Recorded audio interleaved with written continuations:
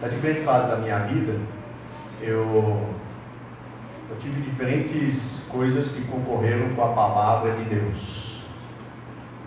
Quando eu era mais jovem, talvez o esporte. Eu tinha o esporte, gostava muito de qualquer tipo de esporte.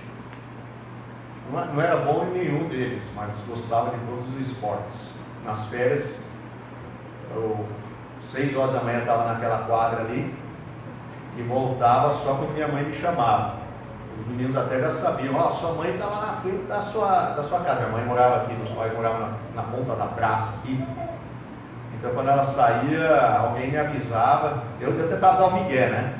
Tentava dar um migué, fingir que não estava vendo ela e tal. Mas os meus amigos me avisavam que minha mãe estava me esperando. Então muitas vezes o esporte, ele concorria com eu ler, estudar e meditar a palavra de Deus. Em outras fases da vida, talvez a comida fosse um concorrente. Sorvete, não é bom sorvete, né? Chocolate. Você gosta muito de chocolate? Quantos aqui gostam de chocolate? Você gosta de chocolate? Chocolate? O senhor Fernando não gosta de chocolate. Então o sermão não é para o senhor hoje, senhor Fernando. Chocolate.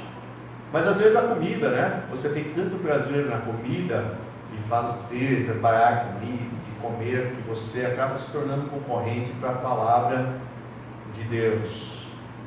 Talvez em outras fases, o estudo, quando tinha que preparar para o vestibular, entrar na universidade. Então às vezes eu ficava estudando até 11 horas, meia-noite, eu ficava estudando para conseguir passar na prova, para entrar na universidade.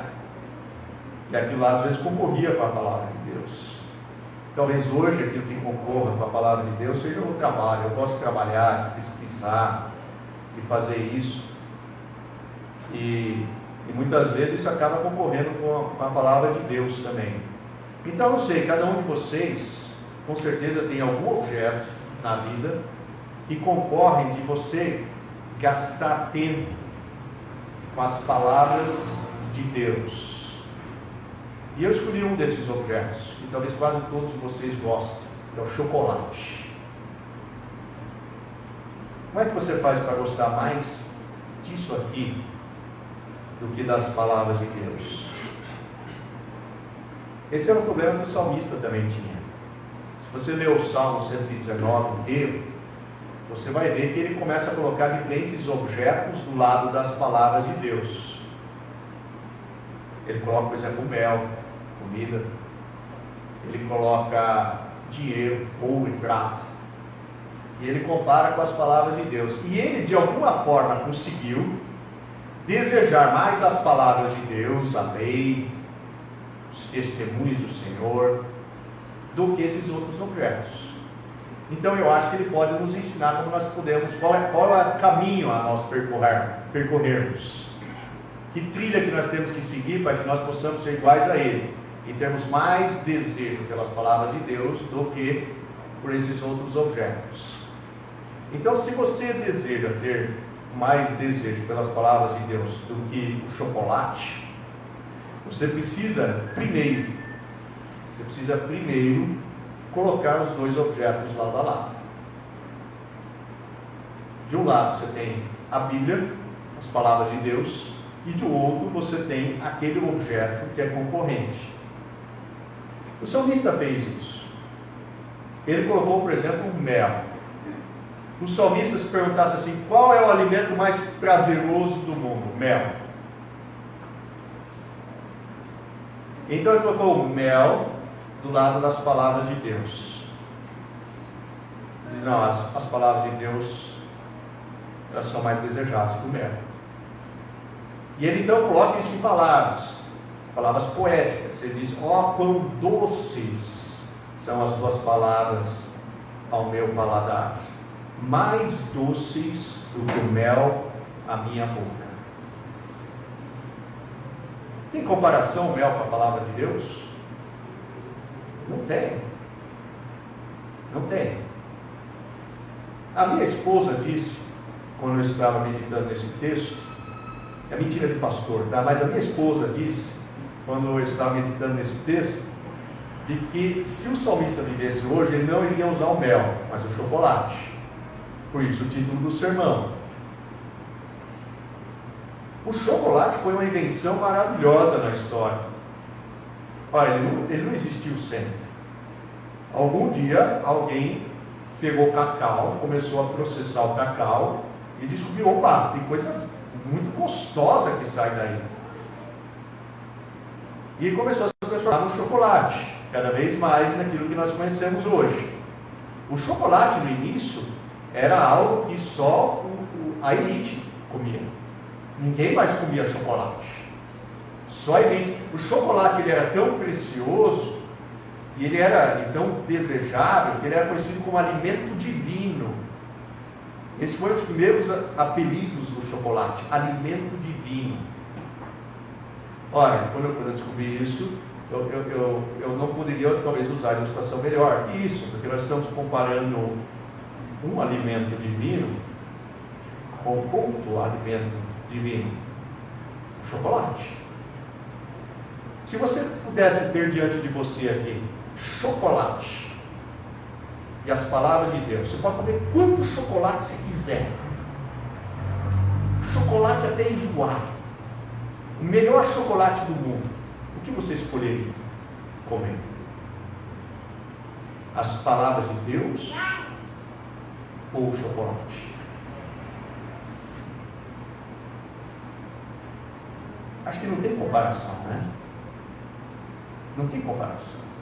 As palavras de Deus são muito mais valiosas de serem comidas que o chocolate. Aí o salmista pega um outro objeto. Ele pensa, talvez enquanto ele estivesse indo dormir, em todo o ouro e a prata que ele possui. Talvez ele fosse um rei, quem sabe Davi. O ouro e a prata no palácio dele. O templo, naquela época, funcionava como uma espécie de banco central. O dinheiro ficava lá, no templo.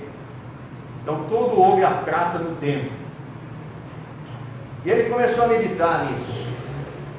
Mas, e se eu tiver todo o dinheiro do mundo? Eu posso fazer o que eu quiser. O Davi era guerreiro, então ele gostava de fazer guerra. Para guerra, você precisa de dinheiro. Então, ele já pensou que fantástico? Se eu tivesse todo o dinheiro do mundo, eu podia fazer guerra com quem eu quisesse, na hora que eu quisesse. Muito legal. Talvez se fosse hoje, outra pessoa, ele diria, eu quero dinheiro porque eu quero viajar pelo mundo, quero conhecer todos os lugares belos do mundo. Outro quer dinheiro porque quer comprar o carro do ano, ou o carro que quiser na hora que quiser. Outro quer comprar um sítio, quer comprar uma casa na praia, quer comprar uma cadeira fantástica para poder descansar. Não sei o que você quer, mas o dinheiro, quando você começa a pensar no dinheiro, você começa a viajar longe. Agora Davi então colocou o dinheiro do lado das palavras de Deus. O que eu deveria desejar mais? Pelas palavras de Deus. Tanto é que ele escreve, melhor é para mim a lei da tua boca, do que, usando a linguagem de hoje, do que milhares de reais na minha conta. Melhor é a tua lei na minha boca, do que milhares de reais na minha conta. Ora, você pode substituir qualquer coisa, e você precisa fazer isso. Você precisa pegar qualquer objeto que seja aquele objeto desejado para você e colocar do lado das palavras de Deus. E você precisa começar a comparar isso. O que é mais desejável? Daí ele pensa meio que assim, no oposto. E se eu desejar mais um chocolate? E se eu desejar mais um dinheiro? E aí? Então ele está meditando nessa comparação. Você precisa fazer isso, você precisa meditar nessa comparação. Ele começa a meditar nessa comparação, nessa comparação. E aí ele diz o seguinte: se eu fizer isso, eu sou burro. Eu serei destruído. Eu serei desprezado por Deus. Eu serei considerado um inimigo de Deus. Ora, pense uma vez nisso. Pense assim: Você chegou do trabalho, acho que é isso que o salmista pensaria se estivesse hoje, se ele estivesse meditando nessa comparação. Ele pensa assim: o salmista voltando para casa, cansado, trabalho. Aí ele chega na varanda da casa, senta na cadeira confortável, para descansar. O que ele pega? O celular. Mas quando ele pega o celular, ele vendeu sentado. Ele vendeu sentado na outra cadeira, na cadeira na frente dele. Aí Deus diz: olá, tudo bom? Boa noite antes. Beleza, Deus, como é que vai? Tranquilo? Só um pouquinho aí. Só um pouquinho, deixa eu ver aqui, pipocou a mensagem. Aí vai olhar as mensagens do WhatsApp. E você começa a conversar com fulano, com beltrano, com ciclano. Você começa a conversar. Daí você vai ver as atualizações do Facebook. Você tirou umas fotos legais, uma selfie assim, ó. Olha aqui, se você não tirou, você tira na hora, né? Depois de um dia duro de trabalho. Olha eu aqui. Suar. Tá. Se sua esposa preparou alguma batata frita, você mostra no aperitivo, né? Olha eu aqui comendo aqui batata frita. Se atualiza o seu Facebook, Instagram. Se você é mais jovem, você talvez até faça um vídeo para o TikTok, né? Aqueles vídeos meio besta, né? Meio crianção. Você faz um videozinho lá para o TikTok. E aí você já postou, agora você precisa ver os comentários. Você precisa ver quantas pessoas curtiram aquilo que você postou. E aí você começa a navegar, vamos ver o que os outros fizeram durante o dia. E aí de repente Deus quer conversar com você. Fala: ô Johannes, deixa eu te falar uma coisa. Só um pouquinho aí, Deus, tá? Que tá entrando aqui, olha o comentário, o cara está escrevendo aqui. Tem umas horas que você até levanta da sua cadeira e você está vendo aquele vídeo do TikTok. Só, ó Deus, aqui, ó, que legal, hein? Ó, olha só o vídeo. Aí quando Deus vai tentar finalizar e conversar com você, seu Senhor Deus, agora estou cansado, hein? Foi duro esse dia de trabalho. O senhor não tem ideia de como foi pesado esse dia de trabalho. Valeu aí, mano. Brother. Até mais. Você vai dormir. O que você fez a noite inteira com Deus? Você rejeitou as palavras de Deus. Você rejeitou as palavras de Deus. Você tinha dois objetos: mídias sociais, celular. E você tinha o objeto da palavra de Deus, e de ouvir as palavras de Deus. Você escolheu um e rejeitou a Deus. Se Deus fosse você, se você fosse Deus, e a noite inteira você foi visitar o seu amigo, a noite inteira você quis de alguma forma interagir, conversar, e o seu amigo só no celular, você ia aparecer na casa dele de novo? Nunca. Eu fui rejeitado, vou rejeitar esse cara aí também. Para que eu vou na casa dele? Vai ele ficar a noite inteira no celular? Não. Ele vai se tornar uma espécie de inimigo seu.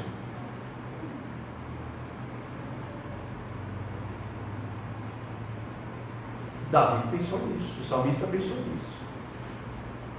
Então, se eu pegar um objeto qualquer e colocar no lugar de Deus, e Deus está ali, Ele está querendo falar, Ele está querendo conversar comigo, mas eu só desejo esse outro objeto, Deus vai se tornar meu inimigo. Ele vai me rejeitar, Ele vai me destruir, Ele não vai querer saber nada de mim. Por isso aí eu não posso fazer não. Não posso.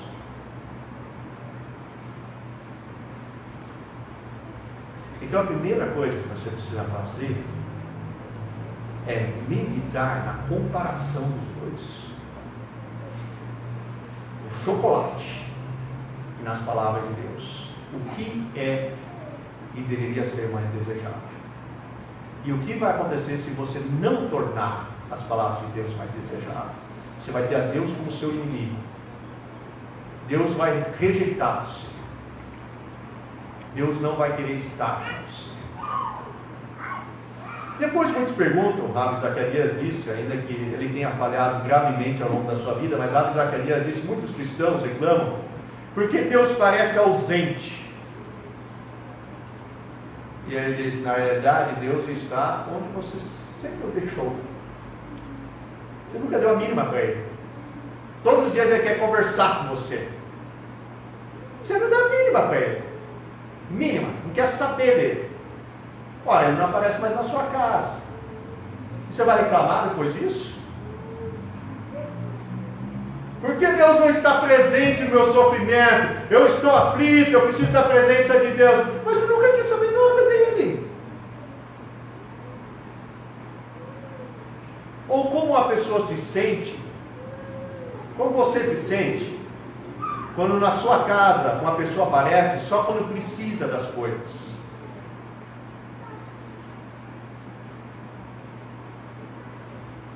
Estou precisando de comprar alguma coisa, estou passando fome.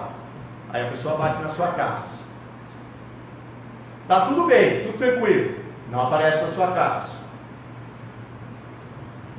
Agora eu preciso de alguém urgentemente para me levar no hospital, aparece na sua casa.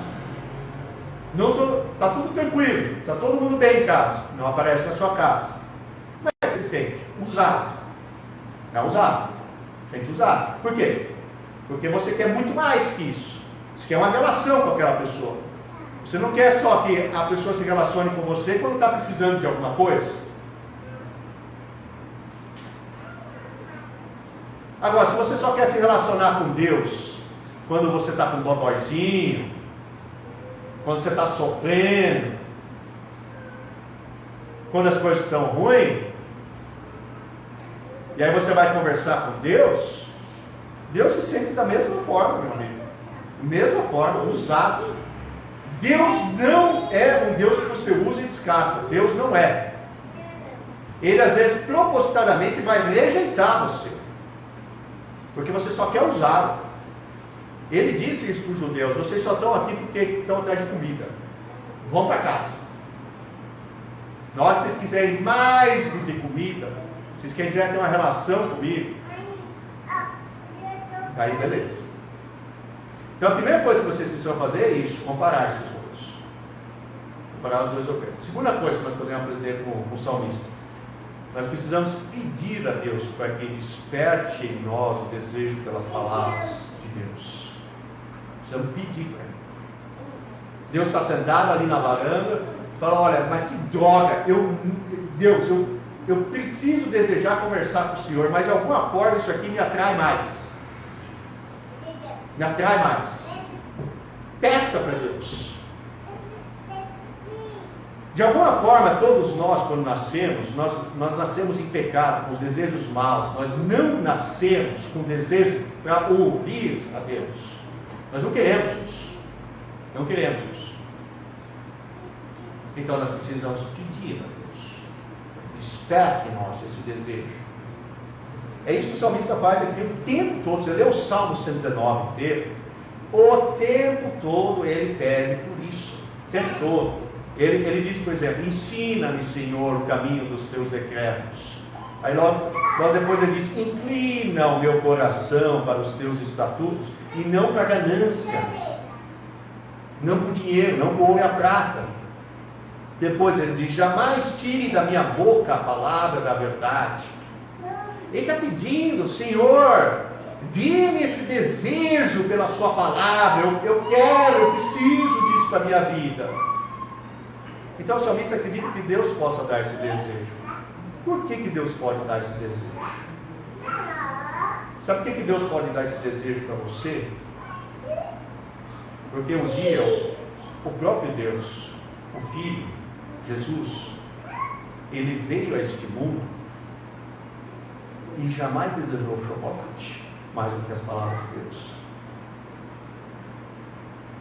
Jesus, ele veio e ele jamais desejou dinheiro mais do que as palavras de Deus. Jesus veio a este mundo e jamais desejou a fama mais do que as palavras de Deus. Jesus, o que ele mais desejava era pelas palavras de Deus. Tanto é que quando o tentador disse para ele: olha, se quiser eu posso transformar essas pedras em pão aí, ou o Senhor pode mesmo transformar essas pedras em pão. Jesus disse: nem só de pão viverá o homem, mas de toda a palavra que sai da boca de Deus. A palavra de Deus era mais desejável do que pão. Pão, que é o alimento comum naquela época. Ou o que dizer dos discípulos, logo depois que eles foram comprar comida no shopping? Eles foram comprar comida no shopping lá e trouxeram a comida para o poço onde Jesus estava descansando, o poço de Sicar. E Jesus estava conversando com a mulher samaritana ali, e falando das palavras de Deus. E os discípulos ali, né? Ô Senhor, comida pronta, comida vai esfriar. Está tudo certo aqui. Aí Jesus disse para eles: a minha comida é fazer a vontade de Deus.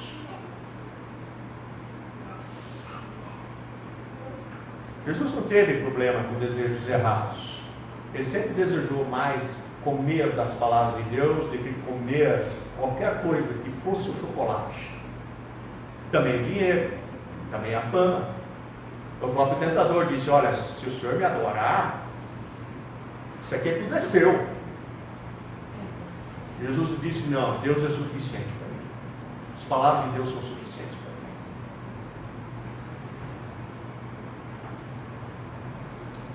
mim. Então Jesus viveu uma vida perfeita, somente com o desejo certo, somente com o desejo pela palavra de Deus.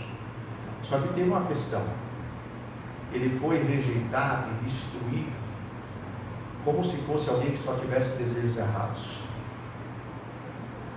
O desespero de Jesus foi tal na cruz do Calvário, que ele disse: Deus meu, por que o Senhor está me abandonando?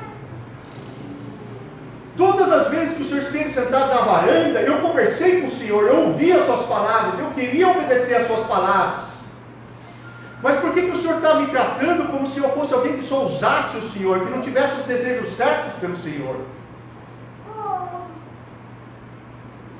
Jesus, ele foi desprezado e tratado como inimigo, como alguém que não deseja pelas palavras de Deus, para que você hoje pudesse desejar as palavras de Deus, mais do que qualquer coisa neste mundo. Agora, se você crê nisso, crer é ter uma mudança de vida. É a partir daquele momento você de fato desejar mais as palavras de Deus. Sabe, hoje nós temos esse troço de aceitar Jesus para cá, para lá. Você diz: eu já criei. Quando foi? 1993. 1993. Desde aquele tempo você nunca mais desejou pelas palavras de Deus. Quando alguém fala: cara, vai lá ler a palavra de Deus, vai ler a Bíblia, gasta um tempo lá. Você não quer saber. Você tem ódio de quem queira fazer isso. Você acha que você é cristão? De forma nenhuma. De forma nenhuma. Um cristão tem desejo pelas palavras de Deus. Alguém que creu. Note, você creu na substituição. Você creu que Cristo sempre desejou pelas palavras de Deus, mas foi rejeitado, para que você pudesse sempre desejar pela palavra de Deus.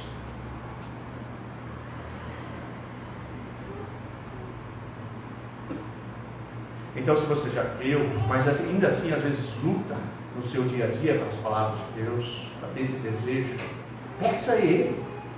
Vá com confiança ao trono da graça, peça a Ele, para que desperte em você esse desejo pelas palavras. É por isso que, em outras razões, nós oramos antes de ler a palavra e dela ser pregada. E você pode observar que em muitas orações nós oramos exatamente isso, as palavras do salmista. Senhor, desperta em nós, dê-nos esse desejo, inclina os nossos ouvidos, para que nós queiramos ouvir as suas palavras. Terceira coisa que nós podemos aprender com o salmista é que se você quer desejar mais as palavras de Deus que o chocolate, você precisa implementar um hábito novo em sua vida, o hábito de meditar nas palavras de Deus. É interessante que o salmista, no Salmo 79, ele por diversas vezes faz como se fosse um juramento. É como se ele estivesse casando de novo com Deus. E ele vai lá e faz um juramento, um pacto com Deus. Ele diz mais ou menos o seguinte: prometo que vou obedecer e ouvir o Senhor Deus de todo o meu coração todos os dias da minha vida. É esse pacto que ele faz, esse juramento que ele faz. O salmista odeia a inconstância. Ele diz: esse troço de ouvir as palavras de Deus hoje e amanhã não é comigo não. Não é comigo não. Eu preciso fazer um pacto com Deus, um juramento. E ele diz: nesse pacto eu não posso só ouvir as palavras de Deus, será às 6 horas da manhã. Eu quero ouvir o dia inteiro. Ele diz, de uma forma poética, 7 vezes por dia. Eu medito nas palavras de Deus. Em outros trechos ele diz, de dia, de noite, quando eu acordo, eu medito na sua palavra. Eu quero meditar na sua palavra. O que o salmista está falando é de um juramento. É um juramento. É um hábito. O juramento não é somente, assim como no casamento, não é só para os momentos de alegria, de saúde, de riqueza, mas é para os momentos de tristeza, de doença, de pobreza também. Ou seja, o juramento do salmista não é só o seguinte: nossa, briguei com a Gislaine hoje. Hoje não vou ouvir as palavras de Deus. Acordei de mau humor hoje, não dormi direito. Hoje vou deixar as palavras de Deus de lado.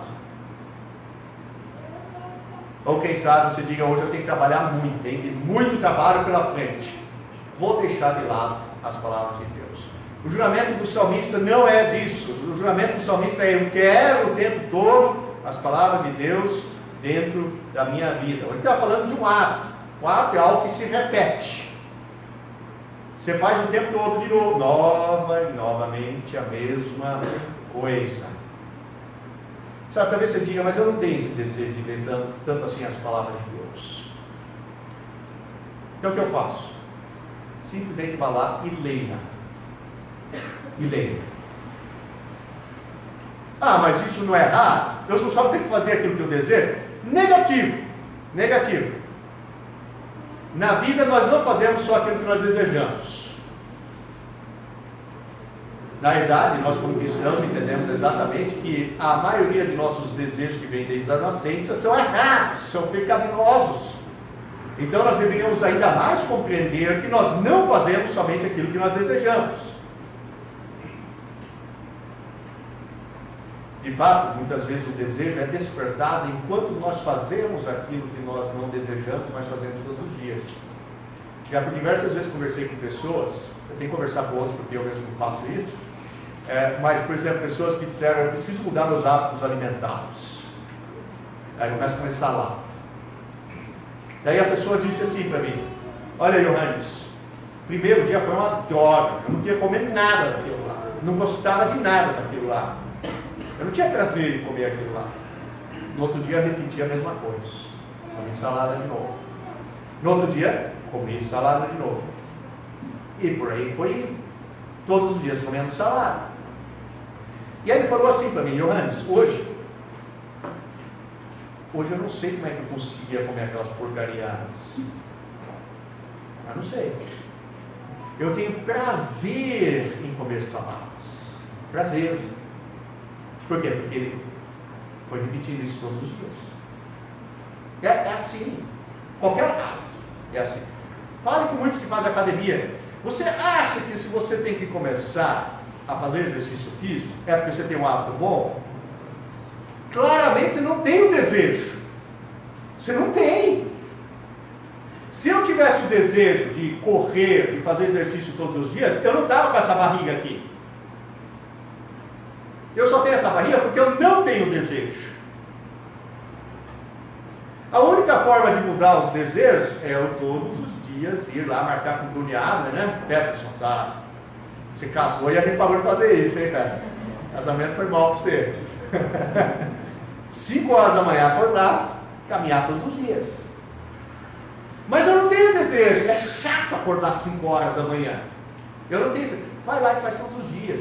Qualquer rato de academia, quase que tem depois hoje, se eu for conversar com ele, ele vai dizer: no começo eu não gostava disso aqui não, mas hoje eu não sei como eu posso viver sem. O que fez mudar? A repetição. Mesmo não desejando, ele repetiu. É assim que também acontece com a palavra de Deus. Repita, não quero ler a palavra de Deus, vai lá e lê 10 capítulos, dá uma punição para você. Se você tinha que ler 5, e todos os dias que você desperta seu desejo, você fala: não, eu vou ler 10 hoje. Vou ler 10. E repita isso todos os dias, que você vai chegar uma hora, você vai dizer: como eu podia viver sem isso?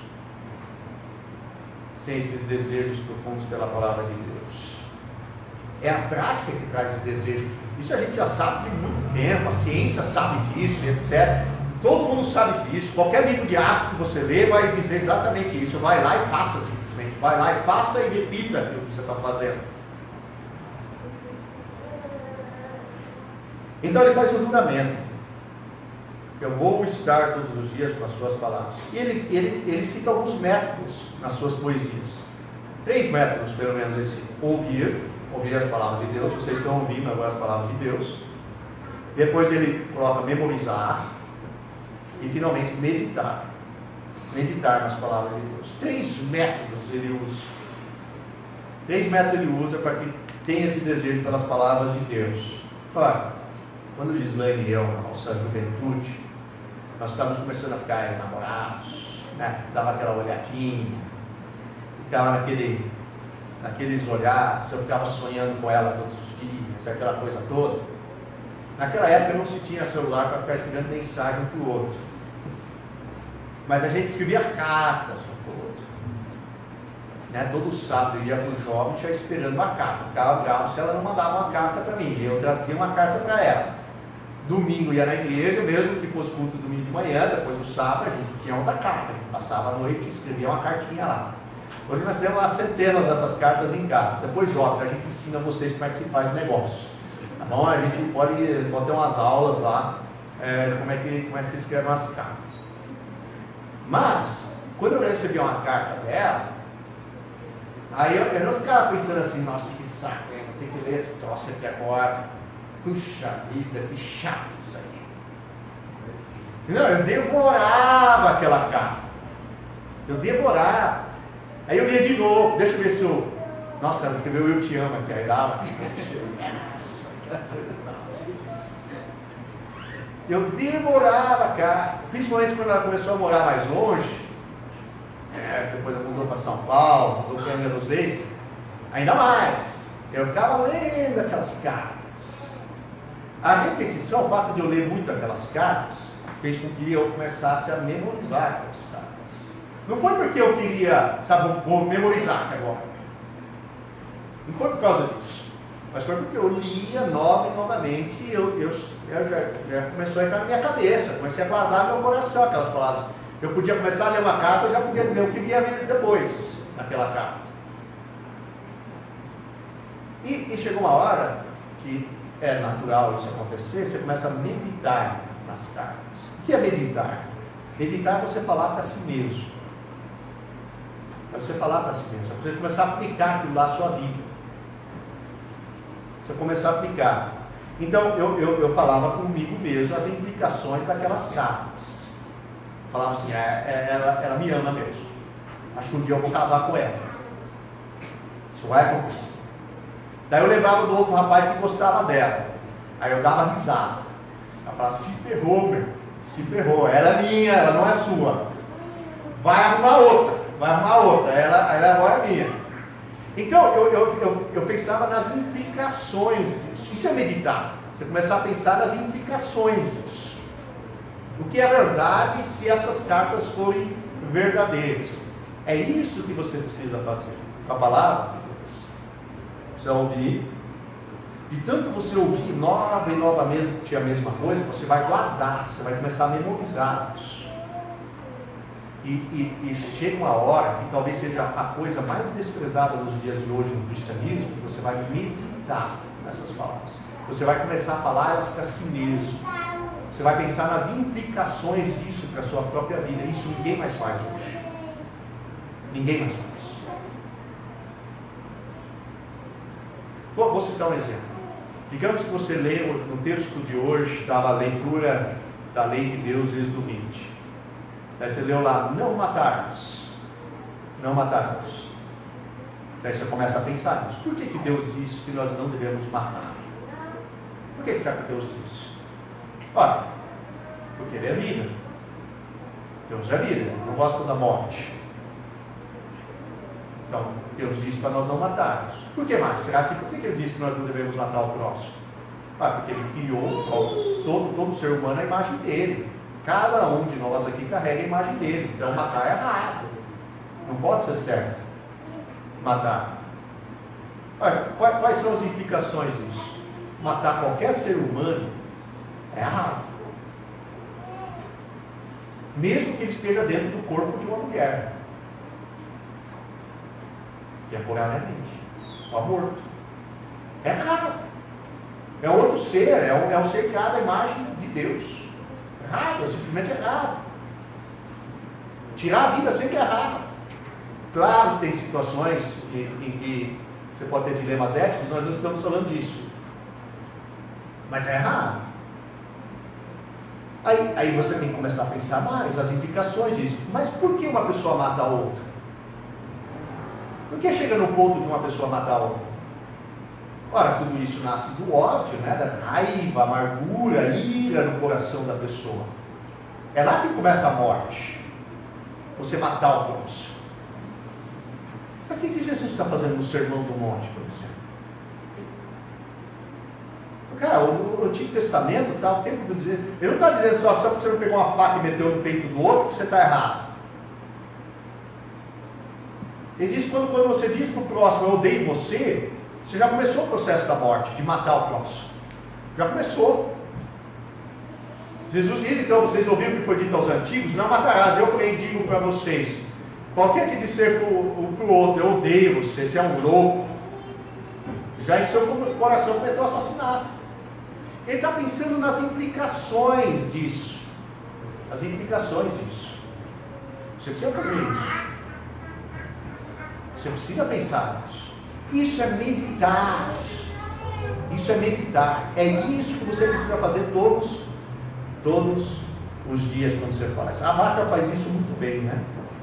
Ela come lá, mastiga, tira uma soneca, ela regurgita, extrai mais alguns nutrientes, volta a soneca, regurgita, extrai mais alguns nutrientes, soneca de novo. É isso. A palavra de Deus, por isso que o salmista diz 7 vezes por dia, dia e noite, etc. É porque ele não pega a palavra de Deus, simplesmente lê de manhã e é isso. Não é. É porque ele o tempo todo está trazendo ela de volta. Ele traz ela de volta para o seu dia a dia. Nossa, eu estou odiando esse meu companheiro de trabalho aqui. Por quê? Porque ele é um puxa-saco do chefe. Ele só quer o meu mal. Cara, na realidade eu estou começando o processo de matança dele. Eu estou desobedecendo o mandamento que Deus diz, não matarás. Isso é meditar. Você está pensando nas implicações para a sua vida. O que você tem que mudar na sua vida? Esse é o processo de meditação. Muito bem, então nós aprendemos como nós podemos desejar, né? Mais a palavra de Deus do que o chocolate. Primeiro comparamos o chocolate com a palavra de Deus. Segundo, nós pedimos a Deus, Deus faça eu desejar mais a sua palavra do que o chocolate. E terceiro, você começa a meditar nas palavras de Deus. Você começa a trazer elas nova e novamente de volta. Ora, se você fizer isso, você vai ser feliz. O salmista diz isso no Salmo 19, você vai ser feliz. De fato, o Saltério, que é o livro de hinos dos hebreus, ele começa com o Salmo 1, dizendo exatamente isso. Você vai ser feliz se você tiver o seu prazer, o seu desejo nas palavras de Deus. E ele usa uma ilustração para exemplificar isso.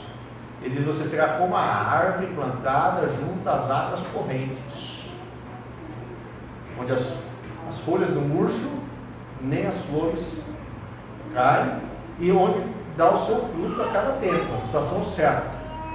E tudo que fizer prosperará. Pense nisso. Você será alguém que o inverno não pode derrubar. Está no verão, está no inverno. Você está lá. Você talvez não tenha folhas verdes o ano todo, mas você está lá, vivo. Você talvez não produza frutos o ano inteiro, mas na estação certa você produz. E tudo que você fizer prosperará. Ele não está falando que você vai ficar rico, nem que você sempre vai ter emprego, e nem que você vai mais ficar doente. Ele não está falando desse tipo de prosperidade. Ele está falando que você sempre vai crescer. Você sempre vai prosperar como árvore. Sempre vai crescer. Cada vez mais vai se tornar estável. No inverno o crescimento vai ser que ninguém vai ver o seu crescimento. Ninguém vai ver. Mas vai crescer. Na primavera, todos vão ver o seu crescimento. Você vai continuar crescendo. Tudo que você fizer prosperará. Você será feliz por causa disso. Você já encontrou esse tipo de felicidade? Será que você não é feliz porque não deseja as palavras de Deus mais do que o chocolate?